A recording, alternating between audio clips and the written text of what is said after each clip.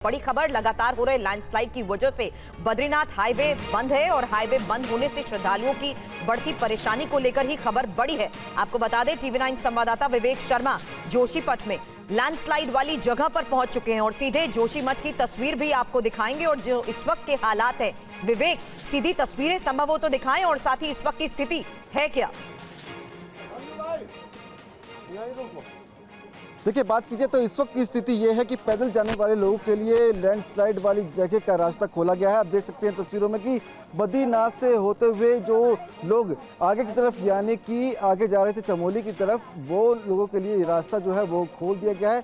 यहाँ से लोग जो है वो आते हुए आपको तस्वीरों में नजर आएंगे। ये रास्ता जो है पहले बंद किया गया था क्योंकि लगातार जो चट्टान है वो दरक रही थी, पत्थर टूट टूट के नीचे की तरफ आ रहे थे और अभी भी आपको चट्टान का एक बड़ा हिस्सा जो है वो सड़क के बीचों बीच पड़ा हुआ नजर आएगा। और ठीक मेरे सामने आपको ये जो लोग नजर आ रहे हैं ये बद्रीनाथ से होकर आ रहे हैं और काफी घंटे तक इन्होंने इंतजार किया था। सीधे बातचीत करते हैं, कितनी देर का इंतजार करना पड़ा था आपको? 5 दिन। 5 दिन इंतजार किया? 5 दिन। 9 तारीख को बंद हो गया था, 9 तारीख से उधर ही रुक गए। अच्छा, अब निकले। अब निकले हैं? हाँ। आप कब गाड़ी में हमने तो रोड पे ही टाइम पास करा, रोड पे सोए, रोड पे ही कुछ खाना पीना कुछ नहीं, कुछ भी नहीं खाया था। इतने दिनों से हम लोग रोड पे सोए थे, रोड पे सोए थे हम लोग, रोड पे खाना बनाया। 4 दिन हो गए।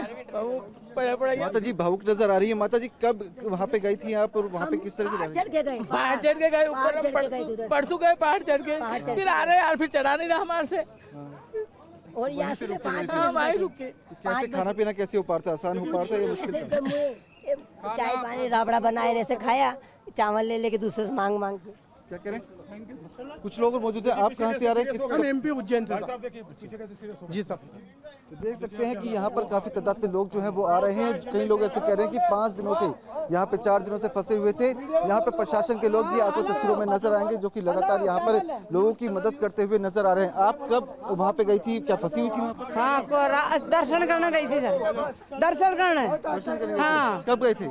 कल गए थे। हाँ, कल गए। देख सकते हैं कि काफी तादाद में लोग जो हैं वो बद्रीनाथ से दर्शन करके यहाँ पे लौट रहे हैं। दूसरी तरफ की तस्वीर भी अगर मैं आपको दिखाऊं तो आप देखेंगे कि जो लोग बद्रीनाथ जाना चाहते हैं उनकी भीड़ भी आपको काफी तादाद में यहाँ पर नजर आएगी। आपको आगे की तरफ अगर लेके चलूँ तो आपको नजर आएगा कि किस कदर जो लोग हैं वो यहाँ पर इंतजार कर रहे हैं बेसब्री से कि कब वो दर्शन के लिए आगे की तरफ बढ़ सकते हैं।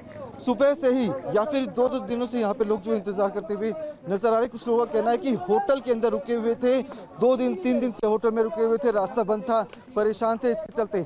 आप कब से रुके हुए थे? आप कब से रुके हुए थे? अरे 4-5 दिन हो गए भैया। 4-5 दिन हो गए? जी जी। तो कैसे रह रहे थे वहाँ पे? किस तरह की स्थिति थी वहाँ? ठीक थी। अरे हम लोग बद्रीनाथ में थे भैया। बद्रीनाथ में? जी जी। आप कहाँ से आ रहे हैं? इतना परेशान है, 3 दिन से उधर ही बैठा था। अच्छा, अभी भगवान का इतना बद्रीनारायण जी बहुत देखा, बहुत अच्छा किया। बद्रीनारायण अपना मतलब 2-3 दिन से वहीं पे रुके हुए थे? 3 दिन से बैठा है, 3 दिन से बैठा है। आप भी वहीं पे कितने दिन से रुके? 4 दिन से 4 दिन से 4 दिन से वहीं फंसे हुए थे? हाँ। तो रास्ता बंद था, इसकी वजह से आ नहीं पा रहे थे? नहीं आने पर ऊपर के रास्ते से गए थे, ऊपर के रास्ते से गए हम, फिर बद्रीनाथ आने के वक्त ऊपर से गए थे तो इस तरह से 5 दिन से गए। 5 दिन से फंसे थे, मतलब रास्ता नहीं था तो आ ही नहीं पा रहे थे? नहीं आ पाए। कैसे वहाँ पे ऊपर से कैसे हो पा रहा था आपका? खाना तो फिर वो लंगर चला था ना, वहाँ पे खाना खाया था। देख सकते हैं। और ये तस्वीर अगर मैं आपको दिखाऊं तो मेरे ठीक सामने आपको जो लोग नजर आ रहे हैं ये लोग बद्रीनाथ जाने की तैयारी में हैं। जो लोग आ रहे हैं, जो की तस्वीरें आपने देखी वो बद्रीनाथ से वापस लौट रहे हैं और ये लोग यहाँ पर खड़े हैं। कब से इंतजार कर रहे हैं आप अपना? 1 घंटे से। 1 घंटे से इंतजार कर रहे हैं। मैम, कब से आप लोग यहाँ पे आ रखे हैं? 1-1.5 घंटे से। 2 दिन से फंसे हुए, 2 दिन से इंतजार कर रहे हैं दर्शन करने का कि कब जहाँ पे दर्शन करने जाएंगे हम। उसके बाद वापस कहाँ ठहरे हुए थे आप? यहाँ पीछे रुके थे 15। हाँ, 15 पीपल कोटी में 15। हाँ, पीपल कोटी। आप लोग? हम महाराष्ट्र से, अकोला महाराष्ट्र से। तो 2 दिन से आप इंतजार कर रहे थे रास्ता खुलने का? आप कब कहाँ से आए? महाराष्ट्र से साथ में। आप कहाँ से हैं अभी? रुद्रप्रयाग से। तो क्या अभी आए हैं आप? कल आ गए थे हम, कल आ गए थे। कल आ गए थे? हाँ। इंतजार रास्ता खुलने का कर रहे थे? हाँ, इंतजार कर रहे हैं। 2-3 लोग और मौजूद हैं, उनसे बातचीत करेंगे कि देख सकते हैं कि यहाँ पर बैग लेकर छोटे छोटे बच्चों को लेकर। आप कहाँ से आए हैं? इंदौर MP से। इंदौर MP से। हाँ कब जी। आ गए थे आप यहाँ? हम लोग कल आ गए थे। कल आए थे? हाँ जी, तो कल से रास्ता खुलने का इंतजार कर रहे थे जी। कब से इंतजार कर रहे थे आप? ये 24 घंटे से ऊपर हो गए। 24 घंटे से ऊपर यहीं पे बैठे हुए थे? नहीं, हम पीछे थे थोड़ा। होटल में रुके हुए हाँ थे? जी। तो देख सकते हैं कोई 2 दिन से कोई 3 दिनों से इंतजार करता है रास्ता खुलने का। कुछ लोग आपको यहाँ पे नजर आएंगे, छोटे छोटे बच्चों को गोद में लेकर यहाँ पे लोग नजर आएंगे। कब आप यहाँ पे आए थे? अच्छा ठीक है, आप कब आए थे यहाँ पे? 3 दिन हो गए। 3 दिन हो गए, मतलब रास्ता खुलने का इंतजार किया जा रहा था कि कब रास्ता खुलेगा आप दर्शन करेंगे। हम लोग दर्शन करके आए पहाड़ से जाके। अच्छा, तो कहाँ रुके हुए थे फिर 3 दिनों से आप? उधर थे, अभी इधर गाड़ी में है, इधर होटल में यहाँ जाना है। कुछ लोग और मौजूद है, आप कहाँ से आए? हाँ 3 दिन है, महाराष्ट्र से आए हम, अकोला से। 3 दिन से यहाँ से रुके हुए, अभी रास्ता खोले। हाँ होटल में रुके हुए, अभी रास्ता खोले उन्होंने, आज दर्शन हो जाएंगे हमारे। परेशानियाँ किस तरह की? नहीं कुछ भी नहीं परेशानी, कुछ भी नहीं, बस बाबा भोलेनाथ का आशीर्वाद है, सब सुख। पानी नहीं, कुछ नहीं, कुछ नहीं, कुछ भी तकलीफ। प्रशासन का बहुत अच्छा सहयोग मिला है हमको, हर जगह मदद हुई है प्रशासन की, और सब जगह पे उन्होंने हमारी। ये कह सकते हैं कि बस वक्त खराब हुआ, वैसे है, बाकी सब दिक्कत कुछ नहीं हुई, वैसे तकलीफ कुछ बस बाकी तकलीफ। आप कहाँ से हैं सर? अकोला से, एक ही साथ में है। अकोला से हम लोग। आप कहाँ से सर? यवतमाल, महाराष्ट्र। महाराष्ट्र से। कब आए सर? 2 दिन हो गए। 2 दिन से होटल में थे? होटल में थे, तो इंतजार कर रहे थे आप? गाड़ी फिर आपकी कहाँ खड़ी है? गाड़ी नीचे खड़ी है, पीपल कोट्टा। तो पैदल आप यहाँ तक आए हैं? ड्रॉप किया हमको बीच में, अच्छा, वहाँ से पैदल आ गए। तो गाड़ी अगर रास्ते में खड़ी करके अब यहाँ से पैदल जाएंगे, वहाँ पे अन्य वाहन पकड़ेंगे, उसके बाद दर्शन करके आएंगे। ओके सर, और रिटर्न वैसे आएंगे। रिटर्न वैसे आएंगे। तो आपको ये बता दूं कि जो लोग ये आप देख रहे हैं तस्वीरों में, ये लोग यहाँ पे पहुंचे अपनी अपनी गाड़ियों से। गाड़ियाँ साइड में या तो सड़क के खड़ी कर दी है या फिर गाड़ी होटल चली गई है। यहाँ से ये लोग तकरीबन 1 से 1.5 किलोमीटर तक पैदल जाएंगे, उसके बाद अन्य वाहन को किराए पे लेंगे, फिर बद्रीनाथ ही जाएंगे, वहाँ पे दर्शन करेंगे, उसके बाद फिर वहाँ से गाड़ी ली जाएगी, फिर जो लैंडस्लाइड वाली जगह है उसके पास वो जो गाड़ी है उन्हें ड्रॉप करेगी, फिर वहाँ से पैदल चलकर ये लोग यहाँ पर आएंगे। तो रास्ता पैदल जाने वाले लोगों के लिए खोला गया है। परेशानी भी आप देख रहे हैं कि लोग कह रहे हैं कि 3-3 दिनों से यहाँ पे आए हैं, वेट कर रहे थे रास्ता कब खुलेगा। कोई 2 दिन से यहाँ पे आ रखा है, बच्चों को लेके आए, छोटे छोटे बच्चे, तो देख सकते हैं। तो बस चाहा है कि कोई लोग कह रहा है कि 4 दिन से फंसे हुए थे, तो कुछ लोग अपनी अपनी बातें जो है बता रहे हैं, क्योंकि जो लोग बद्रीनाथ की तरफ से आ रहे हैं वो भी। आप कब से वहाँ पे थे? आप कब से थे सर वहाँ पे? बद्रीनाथ? 3 दिन। ठीक, विवेक नजर बना के रखिए, लोगों की परेशानियां बढ़ती जा रही हैं क्योंकि लोगों को इस रास्ते को पूरा पैदल चलना पड़ रहा है और यही लोगों की परेशानी है। जोशीमठ से इस वक्त लाइव तस्वीरें लोगों से बातचीत करते हुए विवेक बता रहे थे। और आगे बढ़ते हैं, बात मुंबई की कर लेते हैं क्योंकि मुंबई में भी भारी बारिश का अलर्ट जारी हुआ है। अगले 2 से 3 घंटे में भारी बारिश की चेतावनी जारी कर दी गई है। मुंबई के लिए मौसम विभाग ने ऑरेंज अलर्ट जारी किया है, ठाणे के लिए येलो अलर्ट जारी किया गया है। और हमारे साथ मुंबई से गोविंद ठाकुर जुड़ चुके हैं। गोविंद, मौसम विभाग की तरफ से येलो अलर्ट जारी किया गया है ठाणे को लेकर, और कौन कौन से इलाके हैं जो बहुत सेंसिटिव बताए जा रहे हैं?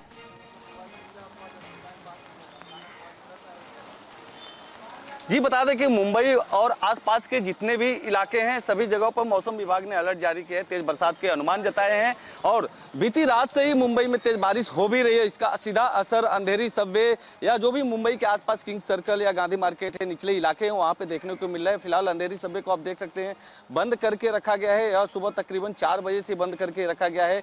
एक आपको रस्सी दिखाई देगा, इसमें जो खतरे की निशानी है उसके अंदर किसी को फिलहाल फायर ब्रिगेड या बीएमसी की जो टीम है उनको अलाउड नहीं कर रही है। इसका असर एसबी रोड पर ट्रैफिक दिख रहा है, वेस्टर्न एक्सप्रेस हाईवे पर भी दिख रहा है। जब जब अंधेरी सबवे बंद होता है सीधा इसका असर दिखता है।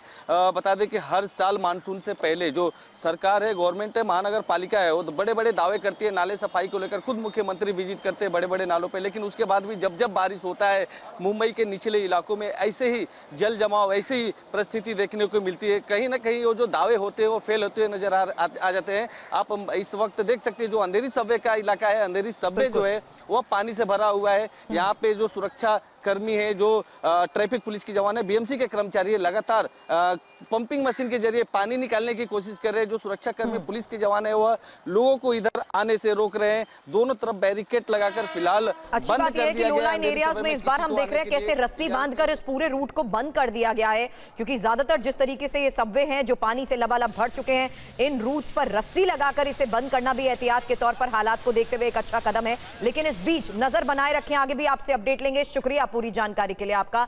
साथ ही अब आपको बता दें बिहार में कैसे पिछले 24 घंटे में आकाशीय बिजली गिरने से 26 लोगों की मौत की भी खबर आई है। इसमें पटना में 4, मधुबनी में 6, औरंगाबाद में 4 लोगों की जान गई है। वहीं आरा में भी आकाशीय बिजली गिरने से 18 छात्राएं इसमें झुलस गई हैं। सीएम नीतीश कुमार ने मृतकों के परिजनों को 4-4 लाख के मुआवजे का भी ऐलान किया है।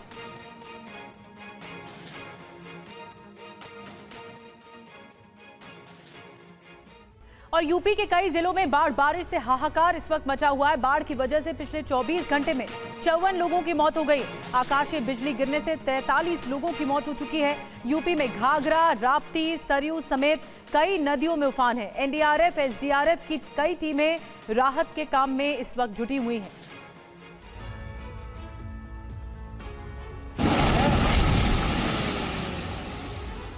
बनबसा बैराज से लाखों क्यूसेक पानी छोड़े जाने के बाद सीतापुर की 3 तहसीलों में बाढ़ जैसे हालात हो गए हैं। एक तरफ नदियों में उफान है और दूसरी तरफ तटबंध में कटान है और इसी वजह से एक के बाद एक मकान नदी के आगोश में समाते जा रहे हैं। बाढ़ के डर से लोग अपना घर छोड़कर सुरक्षित स्थानों की तरफ भाग रहे हैं। नेपाल से छोड़े गए पानी की वजह से राप्ती नदी के जलस्तर में लगातार बढ़ोतरी हो रही है। बलरामपुर के कई इलाकों में बाढ़ जैसे हालात बने हुए हैं। नदी का पानी लोगों के खेतों तक पहुंच चुका है। बाढ़ के पानी से खेत और सड़कें लबालब भरी हुई हैं। लोगों को गांव से बाहर आने जाने में भी काफी परेशानी का सामना करना पड़ रहा है। भीषण बाढ़ के कारण बलरामपुर के कई गांव प्रभावित हुए हैं। नाव नदी में चलती है, लेकिन यूपी के शाहजहांपुर में आजकल बारिश के बाद गली मोहल्ले में नाव चलानी पड़ रही है। बाढ़ से परेशान लोगों ने प्लास्टिक की खाली बोतलों को जमा कर नाव बनाई और फिर उसी नाव से निकल गए घर के लिए जरूरी सामान इकट्ठा करने। गोरखपुर में भी बाढ़ से हालात लगातार बिगड़ते जा रहे हैं। शहरी इलाकों से लेकर गाँव तक बाढ़ के पानी में डूब गए हैं।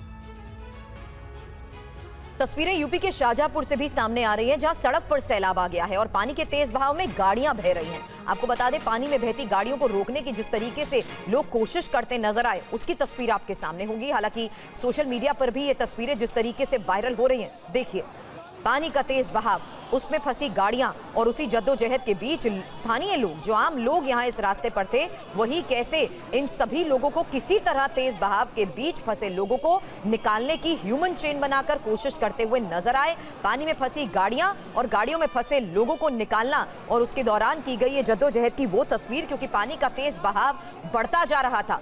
गनीमत ये रही कि वक्त रहते कुछ लोगों को निकालने में भी कामयाबी हासिल हुई।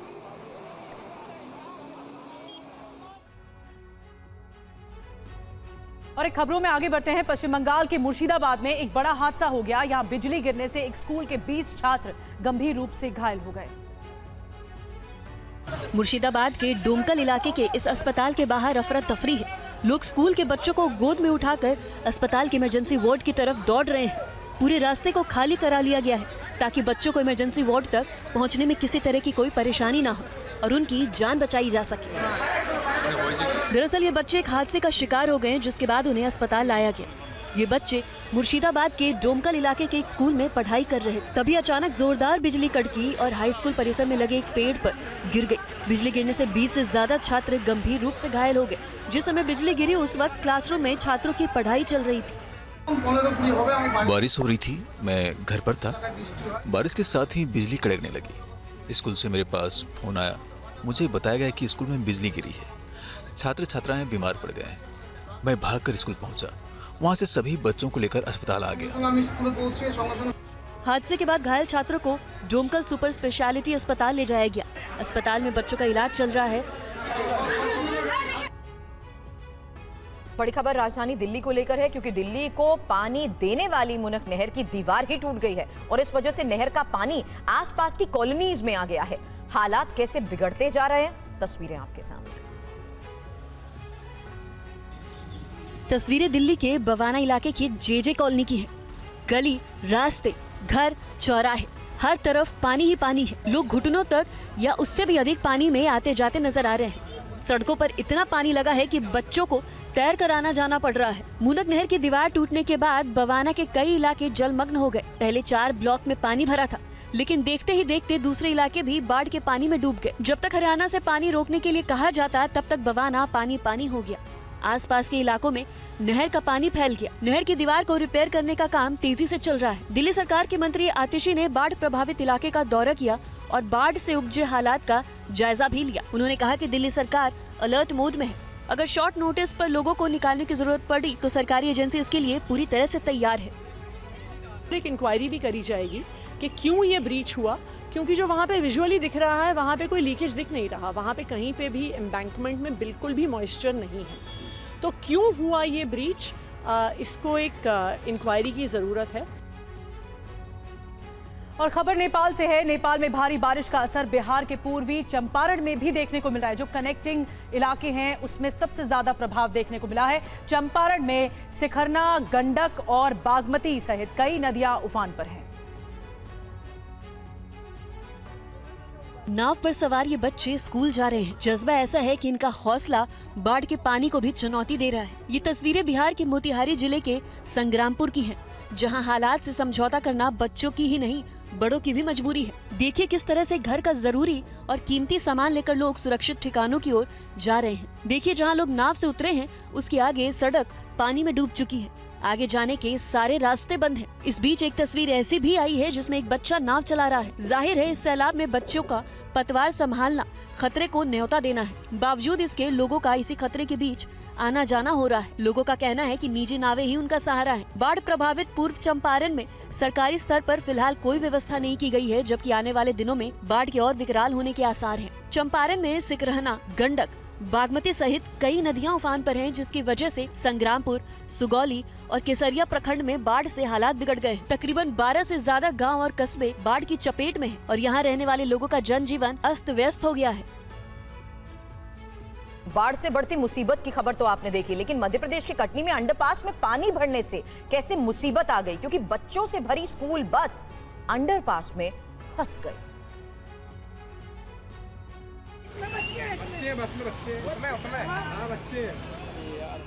एक घंटे की तेज बारिश ने कटनी नगर निगम की पोल खोलकर रख दी है। शहर में जगह जगह पानी लग गया है। मिशन चौक के पास बच्चों से भरी स्कूल बस सागर अंडरपास के भीतर फंस गई। बस में कई स्कूली बच्चे सवार थे। ड्राइवर ने बस को निकालने की कोशिश की, पर बस बीच में जाकर बंद हो गई। बस के अंदर पानी आने से बच्चे घबरा गए। बच्चों के साथ कुछ बुजुर्ग शिक्षक भी थे, वो भी मदद के लिए पुकारने लगे। कुछ लोग मदद के लिए आगे आए और बच्चों को बाहर निकाला। किसी ने बच्चों को कंधे पर बिठाकर बाहर निकाला तो किसी ने गोद में उठाकर बच्चों को सुरक्षित स्थान पर पहुंचाया। इस दौरान ट्रैफिक पुलिस के जवान भी बस में फंसे बच्चों की मदद करते दिखे। कई बच्चे घबराए नजर आए। पानी से बाहर निकलने के बाद कुछ बच्चे अपने टीचर से लिपट कर रोते हुए भी दिखे। तेज बारिश से अंडरपास में भरे पानी से दोनों तरफ का रास्ता बंद हो गया है, जिससे ये बस फंस गई।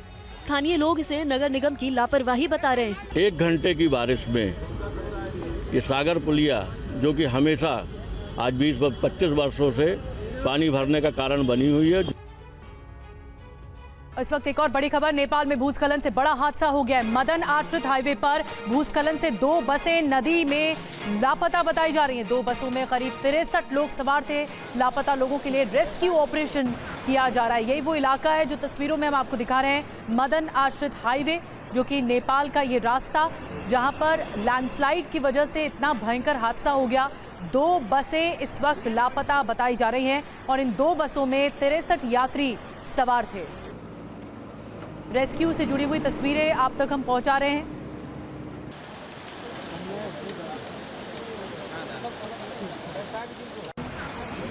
तो बारिश का कहर इतना ज्यादा है, जगह जगह लैंडस्लाइड हो रहा है और ये जो सैलाब आ गया इसकी वजह से हादसे लगातार हो रहे हैं। ये हादसा मदन आश्रित हाईवे पर हुआ है। 2 बसें लापता बताई जा रही हैं और संभवतः 2 बसें पानी में समा गई होंगी। अगर ऐसा हुआ तो ये बहुत बड़ा हादसा है। 63 यात्री इन बसों में सवार थे। इनकी तलाश में अब रेस्क्यू चलाया जा रहा है। रेस्क्यू ऑपरेशन से जुड़ी तस्वीरें आपको हम दिखा रहे हैं। ये लैंडस्लाइड हुआ है जहां पर आप देख रहे हैं तस्वीरें, और जो गोताखोर हैं वो भी नदी में उतरकर तलाश कर रहे हैं। और बड़ी खबर मुंबई हिट एंड रन मामले में बड़े खुलासे को लेकर है, जहां घटना वाली रात शराब के नशे में धुत था आरोपी मिहिर। आरोपी मिहिर ने पहले जुहू में दोस्तों के साथ शराब पी। आरोपी मिहिर ने मलाड में शराब की खरीदारी की और आरोपी ने रात 3:30 बजे जिस तरीके से शराब खरीदी, इस पूरे मामले पर हो रही जांच और लगातार आ रही तस्वीरों के बाद बड़े खुलासे हो रहे हैं।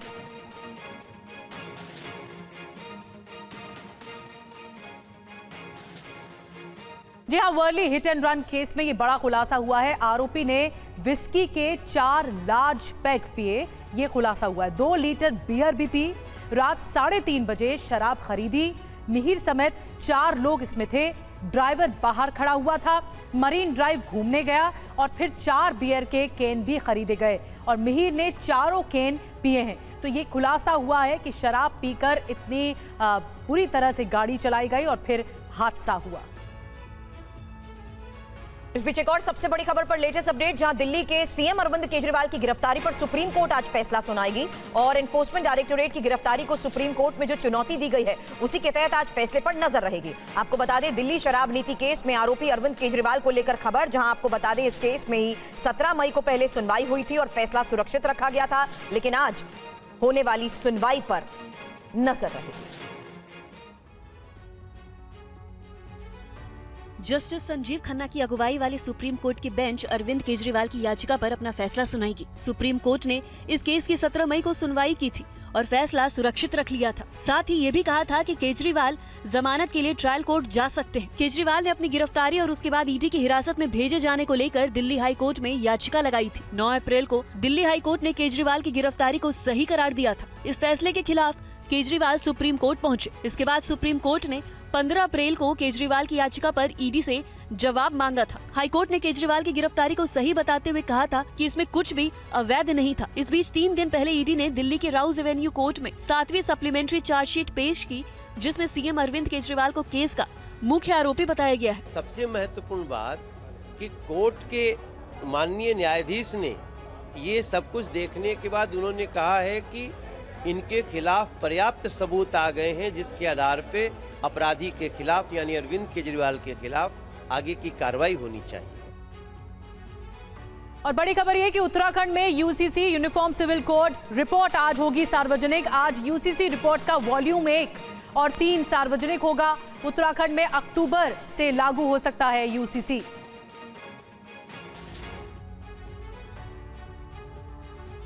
यूसीसी रिपोर्ट में जनसंख्या नियंत्रण का जिक्र किया गया है, लेकिन इसे यूसीसी में शामिल नहीं किया गया है। सूत्रों से मिली जानकारी के मुताबिक उत्तराखंड सरकार यूसीसी रिपोर्ट के 400 पन्नों को आज सार्वजनिक करने वाली है। इसके मुख्य प्रावधानों में समान नागरिक संहिता लागू होने से समाज में बाल विवाह, बहुविवाह, तलाक जैसी सामाजिक कुरीतियों और कुप्रथाओं पर लगाम लगेगी। इससे किसी भी धर्म की संस्कृति, मान्यता और रीति रिवाज इस कानून से प्रभावित नहीं होंगे। विवाह का पंजीकरण अनिवार्य होगा। पंजीकरण नहीं होने पर सरकारी सुविधाओं का लाभ नहीं मिल पाएगा। पति पत्नी के जीवित रहते दूसरा विवाह करना प्रतिबंधित होगा। लिव इन रिलेशनशिप के लिए पंजीकरण अनिवार्य होगा और इस दौरान पैदा हुए बच्चे को जायज बच्चा ही माना जाएगा। सभी धर्मों में पति पत्नी को तलाक लेने का समान अधिकार होगा। मुस्लिम समुदाय में प्रचलित हलाला और इद्दत की प्रथा पर रोक लगेगी। उत्तराखंड विधानसभा से इसी साल फरवरी में यूसीसी पास किया गया था और राज्य सरकार ने 13 मार्च को यूसीसी का नोटिफिकेशन जारी किया था। और बड़ी खबर, जहां महाराष्ट्र में आज विधान परिषद की 11 सीटों के लिए वोटिंग हो रही है और चुनावी मैदान में 12 प्रत्याशी होने के कारण मुकाबला कैसे दिलचस्प हो गया है, इस रिपोर्ट में देखिए। एनडीए के 9 उम्मीदवार मैदान में हैं और इंडिया गठबंधन के 3 उम्मीदवार मैदान में हैं। अब जंग इस बात की है कि क्या एनडीए के सभी 9 उम्मीदवार जीत जाएंगे या इंडिया गठबंधन के तीनों उम्मीदवार विजय पताका लहराएंगे, क्योंकि विधान परिषद की सीटें 11 हैं और चुनाव मैदान में उम्मीदवारों की संख्या 12 है। बीजेपी ने इस चुनाव में 5 उम्मीदवार उतारे हैं। एकनाथ शिंदे की शिवसेना ने 2 उम्मीदवार उतारे हैं। अजीत पवार की एनसीपी ने भी 2 उम्मीदवार उतारे हैं। और बात इंडिया गठबंधन की करें तो कांग्रेस ने 1 उम्मीदवार को चुनाव मैदान में उतारा है। उद्धव ठाकरे की शिवसेना यूबीटी ने भी 1 उम्मीदवार को चुनाव में उतारा है, जबकि शरद पवार की एनसीपी ने अपना उम्मीदवार न उतारकर भारतीय शेतकरी कामगार पार्टी पीडब्ल्यूपी के जयंत पाटिल को समर्थन दिया है। एमएलसी चुनाव में नंबर गेम की बात करें तो एक कैंडिडेट को जीत के लिए 23 विधायकों के वोट की जरूरत है। ऐसे में अटकलें लगाई जा रही हैं कि क्रॉस वोटिंग हो सकती है। दरअसल कांग्रेस और बीजेपी को छोड़कर किसी भी दल के पास अपने प्रत्याशियों को जिताने के लिए नंबर नहीं है। जी हाँ, महाराष्ट्र में एमएलसी का चुनाव दिलचस्प हो गया है। बड़ी खबर आपको बता दें, विधायकों के साथ होटल से निकले हैं अजित पवार। एनसीपी अजित गुट के साथ हैं 37 विधायक। अजित गुट से 2 उम्मीदवार इस वक्त मैदान में हैं और आज महाराष्ट्र विधान परिषद के लिए मतदान हो रहा है। और ये देखिए, तस्वीरें देखिए, विधायकों के साथ होटल से निकले हैं अजित पवार। आज मतदान का दिन। एनसीपी अजित गुट के साथ 37 विधायक बताए जा रहे हैं, तो नंबर्स पूरे बताए जा रहे हैं अपने। और ये विधायकों के साथ बस में निकले हैं अजित पवार। इस बीच एक बड़ी खबर यह है कि दिल्ली विश्वविद्यालय में मनुस्मृति पढ़ाए जाने वाला प्रस्ताव रिजेक्ट कर दिया गया है। बावजूद इसके कांग्रेस बीजेपी पर हमलावर है। दिल्ली विश्वविद्यालय की लॉ फैकल्टी ने फर्स्ट और थर्ड ईयर के छात्रों को मनुस्मृति पढ़ाने के लिए विश्वविद्यालय प्रशासन से अनुमति मांगी थी और इस खबर के सामने आने पर विवाद शुरू हो गया। वाम समर्थित सोशल डेमोक्रेटिक टीचर्स फ्रंट ने विश्वविद्यालय में मनुस्मृति पढ़ाए जाने का विरोध किया, तो वहीं कांग्रेस का कहना है कि प्रस्ताव लाने वालों के खिलाफ मुकदमा दर्ज हो, वरना वो आज सड़क पर उतरेंगे। जहाँ जहाँ पर भी जो स्टेट यूनिवर्सिटीज हैं हर प्रदेश के अंदर, वहाँ पर हमारी टीम जाएगी एससी विभाग की और इसके ऊपर प्रदर्शन करेगी। NSUI ने 13 जुलाई यानी कल पूरे देश में विरोध प्रदर्शन का ऐलान किया है। हालांकि दिल्ली विश्वविद्यालय ने लॉ स्टूडेंट्स को मनुस्मृति का पाठ पढ़ाए जाने वाला प्रस्ताव खारिज कर दिया है। पहला था मनुस्मृति विद मनुभाष्य और दूसरा था कमेंट्री ऑफ मनुस्मृति। तो ये दोनों टेक्स्ट थे, इसको और ये जो अमेंडमेंट उन्होंने करिकुलम में किया, इसको दिल्ली विश्वविद्यालय ने रिजेक्ट किया। ऐसा कुछ भी दिल्ली विश्वविद्यालय में नहीं पढ़ाया जाएगा। तो फैकल्टी ऑफ लॉ के प्रपोजल को काफी विचार के बाद में रिजेक्ट कर दिया विश्वविद्यालय ने। खबर गुजरात से। गुजरात के भरूच से एक चौंकाने वाला वीडियो सामने आया है, जहां एक इंटरव्यू सेंटर पर युवाओं की भीड़ लगी हुई है। विपक्ष इस पर तंज कस रहा है।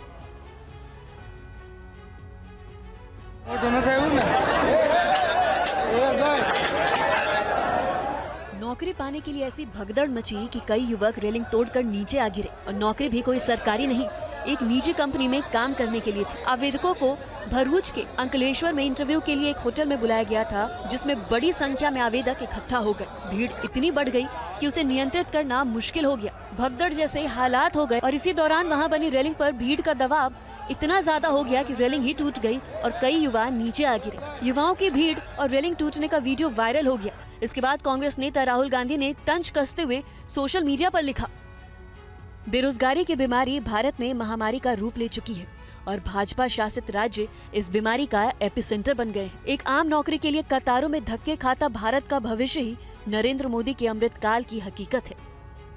वहीं कांग्रेस अध्यक्ष मल्लिकार्जुन खड़गे ने लिखा, ये वीडियो 22 वर्षों से भाजपा द्वारा गुजरात की जनता से किए गए धोखेबाजी मॉडल का प्रमाण है। इस बीच एक बड़ी खबर आई कि कैसे यूपी के 17 मेडिकल ऑफिसर्स को बर्खास्त कर दिया गया और ड्यूटी पर गैर हाजिर रहने पर बर्खास्तगी को लेकर खबर बड़ी है। हालांकि डिप्टी सीएम ब्रजेश पाठक ने किस तरीके से इसको लेकर एक्शन लिया है, उसी पर रिपोर्ट। यूपी के डिप्टी सीएम और स्वास्थ्य मंत्री ब्रजेश पाठक के निर्देश पर लंबे समय से ड्यूटी से नदारद रहने वाले 17 मेडिकल अफसरों को बर्खास्त कर दिया गया है। ये मेडिकल अफसर अलग अलग जिलों में तैनात थे। ब्रजेश पाठक ने सोशल मीडिया एक्स पर बताया, चिकित्सकीय सेवाओं को आम नागरिकों को प्रदान किए जाने में लापरवाही बरतने तथा ड्यूटी से लंबे समय तक बिना सूचना के अनुपस्थित रहने वाले प्रदेश के विभिन्न जनपदों में कार्यरत 17 चिकित्सा अधिकारियों को सेवा से बर्खास्त किए जाने का निर्देश प्रमुख सचिव चिकित्सा एवं स्वास्थ्य को मेरे द्वारा दिए गए हैं। जनमानस की सेवा का दायित्व मिलना और स्वास्थ्य सेवा प्रदान करना सौभाग्य है। मरीजों की सेवा ईश्वर की सेवा है।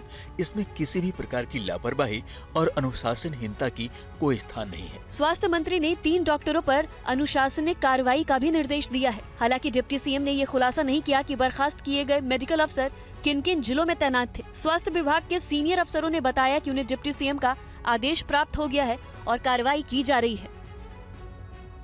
और एक बड़ी खबर आपको बता दें, यूपी के गाजीपुर में विरोध कर रहे टीचर्स का इस्तीफा सामने आया है। सामूहिक रूप से 70 संकुल शिक्षकों का इस्तीफा सामने आया है। खंड शिक्षा अधिकारी पर टॉर्चर करने का आरोप है, शोषण करने का आरोप है। ऑनलाइन अटेंडेंस का शिक्षक कर रहे हैं विरोध। हाजिरी न लगाने पर यूपी सरकार का सख्त आदेश भी है कि लगातार 3 दिन हाजिरी न होने पर सैलरी कटेगी। मोहम्मदाबाद तहसील के करीब 70 शिक्षकों ने एक साथ इस्तीफा दे दिया है। और इस्तीफे की क्या वजह और बताई जा रही है, प्रीति श्रीवास्तव और ज्यादा जानकारी के साथ जुड़ गए हैं। जी प्रीति, बताइए।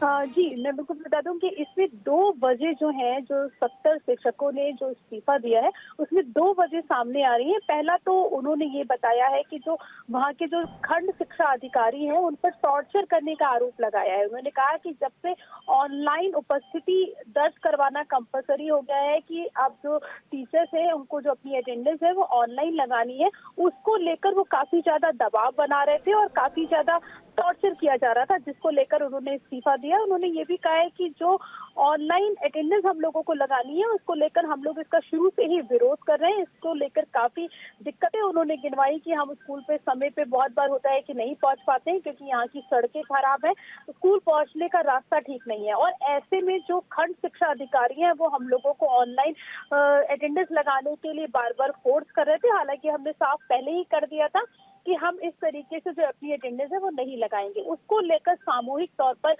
इस्तीफा दिया है। और मैं आपको बता दूं कि इसी के साथ साथ कल जो मुख्यमंत्री के साथ जो अधिकारियों की बैठक हुई थी उसमें उन्होंने ये निर्देश किया था अधिकारियों को कि वो शिक्षकों के पास जाएं, उनको समझाने का प्रयास किया जाए और उनको बताने का प्रयास किया जाए कि ये जो ऑनलाइन अटेंडेंस है ये किस तरीके से जरूरी है और इसको लागू किया जाए। उनको समझा के ये जो प्रक्रिया है इसको सरल बनाया जाए। और मेरठ में जो जयंत चौधरी है राज्य शिक्षा मंत्री, उन्होंने भी टीचर से अपील की है। उन्होंने कहा है कि ये जो ऑनलाइन व्यवस्था की गई है ये उनके अच्छे के लिए की गई है और हम लोगों को टेक्निक के करीब पहुंचना चाहिए। तो जो टेक्निक है उसको अपनाना चाहिए और शिक्षकों को जो इसका जो विरोध है वो नहीं करना चाहिए। तो ये जो आज से जो पूरी जो मुहिम है वो शुरू की जाएगी अधिकारियों। बिल्कुल, अब आगे होता क्या है इस पर तो नजर रहेगी, लेकिन एक रिपोर्ट दिखाना चाहेंगे क्योंकि बड़ी खबरें सामने आ रही है कि किस तरीके से उत्तर प्रदेश में डिजिटल अटेंडेंस को लेकर यूपी सरकार और शिक्षक आमने सामने आ गए हैं और शिक्षकों ने शिक्षा विभाग के आदेश को ही मानने से साफ इनकार कर दिया है। साथ ही हाथों में काली पट्टी बांधकर फैसले का कैसे विरोध जता रहे हैं, ये रिपोर्ट।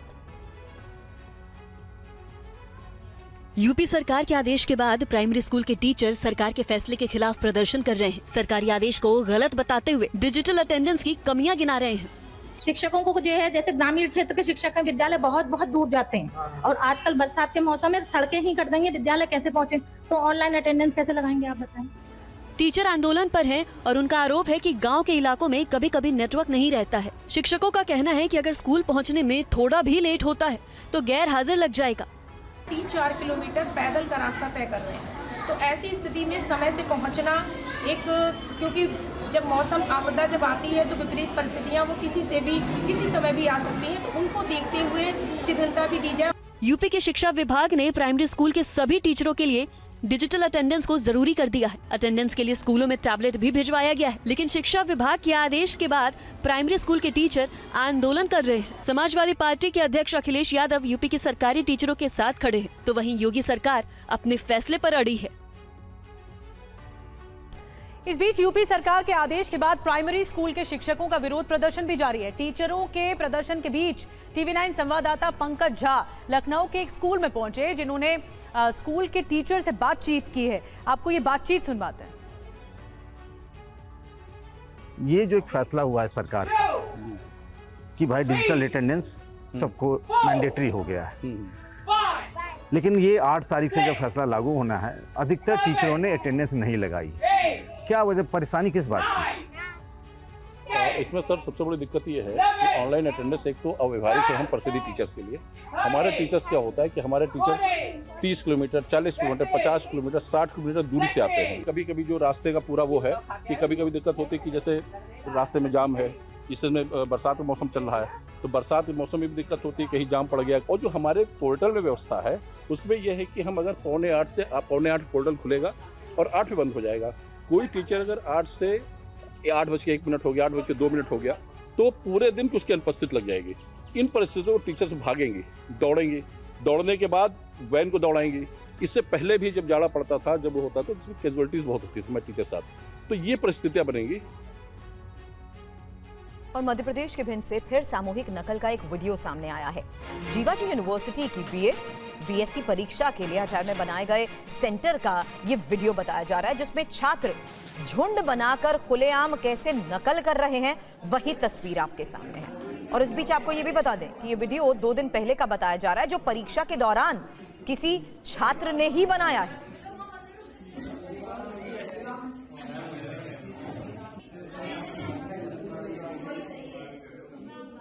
अब MP के भिंड में ही यूनिवर्सिटी एग्जाम में हो रही नकल का ये पहला वीडियो नहीं है। इससे पहले भी भिंड के ही दबोह में सामूहिक नकल की तस्वीरें, वीडियो सामने आ चुके हैं। SDM की छापेमारी के दौरान दबोह के सेंटर में ही सामूहिक नकल का खुलासा हुआ है।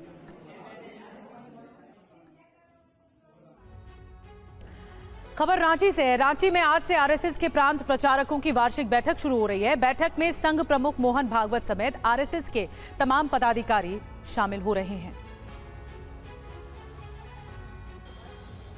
लोकसभा चुनाव के बाद आरएसएस के प्रांत प्रचारकों की ये पहली वार्षिक बैठक है। आज से शुरू हो रही इस 3 दिवसीय बैठक में संगठन के विस्तार पर चर्चा होगी। आरएसएस ने अपने संगठन को 46 प्रांतों में बांट रखा है, जिसमें अलग अलग प्रांत प्रमुख होते हैं। ये सभी प्रांत प्रमुख 14 जुलाई तक रांची में मौजूद रहेंगे और बैठक में हिस्सा लेंगे। उनके अलावा सह प्रांत प्रचारक, क्षेत्र प्रचारक और अखिल भारतीय कार्यकारिणी के पदाधिकारी मौजूद रहेंगे। संघ प्रमुख मोहन भागवत की अध्यक्षता में होने वाली बैठक में संघ की योजनाओं पर चर्चा और समीक्षा की जाएगी। देश भर में इस समय संघ की 73,000 शाखाएं चल रही हैं। आरएसएस ने इसे बढ़ाकर 1 लाख तक करने का लक्ष्य रखा है। देश भर में सभी मंडल स्तर पर कम से कम 1 शाखा हो, इसकी तैयारी की जा रही है। बैठक में आरएसएस के पदाधिकारी इस मुद्दे पर चर्चा भी करेंगे। बैठक के दौरान प्रांत प्रचारक मई जून में हुए आरएसएस के प्रशिक्षण शिविरों की समीक्षा करेंगे। तो शाखाओं का कार्यक्रम और अच्छा कैसे बनाया जा सकता है, नए प्रकार के नए लोग आ रहे हैं, उनके लिए क्या आयोजन कर सकते हैं। और बड़ी खबर है, केंद्रीय गृह मंत्रालय ने पूर्व अग्निवीरों की भर्ती के लिए बड़ा कदम उठाया है और इस बारे में सीआईएसएफ और बीएसएफ समेत सभी केंद्रीय सशस्त्र पुलिस बलों ने तैयारी भी कर ली है पूरी।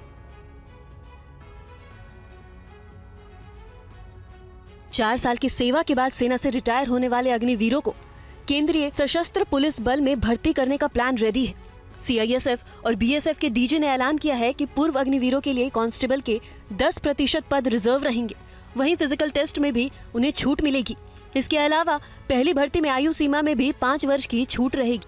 अग्निवीरों को के लिए कांस्टेबल पद की भर्ती में 10% पद जो हैं वो अग्निवीरों के लिए आरक्षित किए गए हैं। वहीं बीएसएफ के डीजी नितिन अग्रवाल ने कहा कि हमें प्रशिक्षित सैनिक मिल रहे हैं। शॉर्ट टर्म की ट्रेनिंग के बाद उन्हें सीमा पर तैनात कर दिया जाएगा। तो एक तरह से हमको तैयार सोल्जर मिल रहे हैं, जिनको हम बहुत शॉर्ट ट्रेनिंग करके जो इनको लोकल कैप्सूल्स इनको देने हैं, वो देने के बाद हम इनको तुरंत सीमा पे तैनात करेंगे। इसके अलावा सीआरपीएफ, एसएसबी और आरपीएफ में भी इसी तरह से पूर्व अग्निवीरों को भर्ती में छूट दी जाएगी। और महाराष्ट्र की ट्रेनी आईएएस अफसर पूजा खेडकर से जुड़े विवाद की जांच के लिए कमेटी का गठन कर दिया गया है। ये कमेटी 2 हफ्ते में अपनी रिपोर्ट सौंपेगी। ट्रेनी आईएएस अफसर पूजा खेडकर इस समय सुर्खियों में है। इन पर देश की सबसे बड़ी भर्ती परीक्षा में सर्टिफिकेट वाले फर्जीवाड़े का आरोप है। इसके अलावा हाई फाई डिमांड लिस्ट और अपने वीआईपी वाले नखरों को लेकर भी वो विवादों में है। इसी के चलते महाराष्ट्र सरकार ने पूजा खेडकर का तबादला पुणे से वाशिम किया, लेकिन जब उनसे सवाल किया गया तो वे जवाब देने से भी बचती रही। नहीं मैम, आज अपन ज्वाइन करना है। Oh, I'm very happy to join in Washim district. अच्छा। I'm looking forward to working here. पूजा खेडकर के दिव्यांग सर्टिफिकेट पर सवाल उठ रहे हैं। दिल्ली के एम्स और सफदरजंग अस्पताल में उनको मेडिकल टेस्ट के लिए 6 बार बुलाया गया, लेकिन वो नहीं आई। इस सर्टिफिकेट के आधार पर परीक्षा में स्पेशल कंसेशन मिल जाती है। ओबीसी नॉन क्रीमी लेयर कोटे में उनकी नौकरी को लेकर भी सवाल उठ रहे हैं। महाराष्ट्र के आरटीआई कार्यकर्ता विजय कुंभर के मुताबिक पूजा के पिता दिलीप खेडकर ने अपने हलफनामे में 40 करोड़ की संपत्ति बताई है, इसलिए क्रीमी लेयर का विवाद उठ रहा है।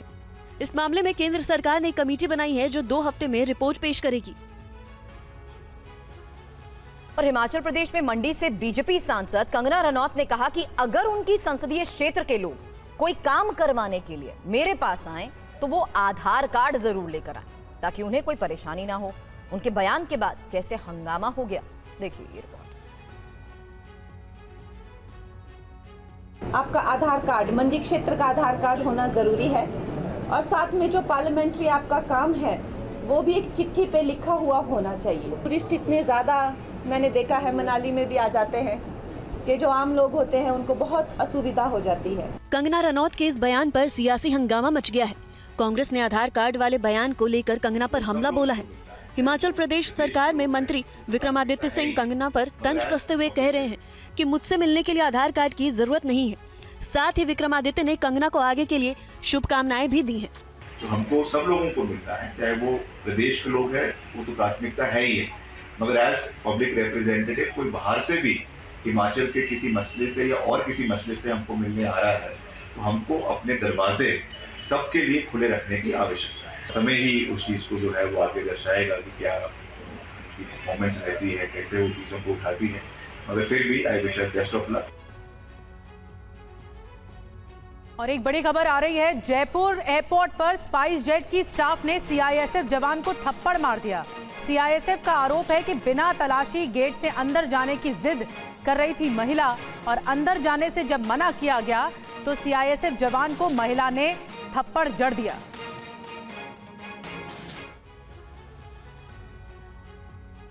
सोशल मीडिया पर वायरल इस वीडियो में देखा जा सकता है कि सीआईएसएफ के एएसआई और स्पाइस जेट की क्रू मेंबर के बीच बहस चल रही है। बहस के दौरान महिला अपना आपा खो देती है और एएसआई को थप्पड़ मार देती है। आरोप है कि महिला बगैर सिक्योरिटी चेक के एयरपोर्ट के अंदर दाखिल होना चाहती थी, लेकिन जब ड्यूटी पर तैनात एएसआई ने ऐसा करने से रोका तो महिला आग बबूला हो गई और उसने एएसआई को थप्पड़ जड़ दिया। घटना के बाद पुलिस ने स्पाइस जेट की महिला कर्मचारी को हिरासत में ले लिया है और मामले की जाँच कर रही है। सीसीटीवी फुटेज वगैरह लेके सारा पूरा इन्वेस्टिगेशन करने के बाद उस महिला को गिरफ्तार कर लिया गया। इस मुद्दे पर स्पाइस जेट ने बयान जारी कर महिला क्रू मेंबर का समर्थन किया है। स्पाइस जेट ने अपने बयान में कहा है कि महिला कर्मचारी के बाद बीसीएस की तरफ से जारी वैध एयरपोर्ट एंट्री पास था। सीआईएसएफ जवान ने हमारी महिला कर्मचारी के साथ अभद्र भाषा का इस्तेमाल किया और ड्यूटी के बाद उससे मिलने के लिए भी कहा। हम अपनी महिला कर्मचारी के साथ खड़े हैं और इस मामले में कानूनी कार्रवाई करेंगे। हमने स्थानीय पुलिस से भी इस मामले की शिकायत की है। और अगले साल होने वाली चैंपियंस ट्रॉफी की मेजबानी पाकिस्तान करने वाला है। खबर है कि टीम इंडिया इस टूर्नामेंट में हिस्सा लेने पाकिस्तान नहीं जाएगी। बीसीसीआई भारत के मैच पाकिस्तान की जगह दुबई में या श्रीलंका में कराने के लिए आईसीसी से कहेगा। हालांकि अभी बीसीसीआई ने इस पर ऑफिशियल स्टेटमेंट नहीं दिया है। पिछले साल पाकिस्तान में हुए एशिया कप में खेलने भारत की टीम पाकिस्तान नहीं गई थी। भारत के मैच तब श्रीलंका में कराए गए थे। चैंपियंस ट्रॉफी अगले साल यानी 2025 में 19 फरवरी से 9 मार्च तक खेली जाएगी। पाकिस्तान क्रिकेट बोर्ड ने टूर्नामेंट के 15 मैचों का ड्राफ्ट आईसीसी को भेज दिया है। आईसीसी टूर्नामेंट में हिस्सा लेने वाली 8 टीमों के बोर्ड से सहमति लेने के बाद ही इस शेड्यूल को अप्रूव करेगी। 1996 के वनडे वर्ल्ड कप के बाद ये पहला मौका है जब पाकिस्तान को किसी आईसीसी इवेंट की मेजबानी दी गई है। टीम इंडिया ने पाकिस्तान का आखिरी दौरा 2008 में किया था। उस समय भारतीय टीम पाकिस्तान में आयोजित एशिया कप खेलने गई थी। इसके बाद मुंबई में हुए आतंकी हमले के बाद टीम इंडिया ने पाकिस्तान जाने से मना कर दिया था। 2012-13 में पाकिस्तान की टीम भारत के दौरे पर आई थी। दोनों टीमों के बीच 3 वनडे और 2 T20 मैचों की सीरीज खेली गई थी। बड़ी खबर आपको बता दें, जेल में बंद अमृतपाल के भाई हरप्रीत सिंह को पुलिस ने गिरफ्तार कर लिया है। जालंधर पुलिस ने ड्रग्स के साथ गिरफ्तार किया है।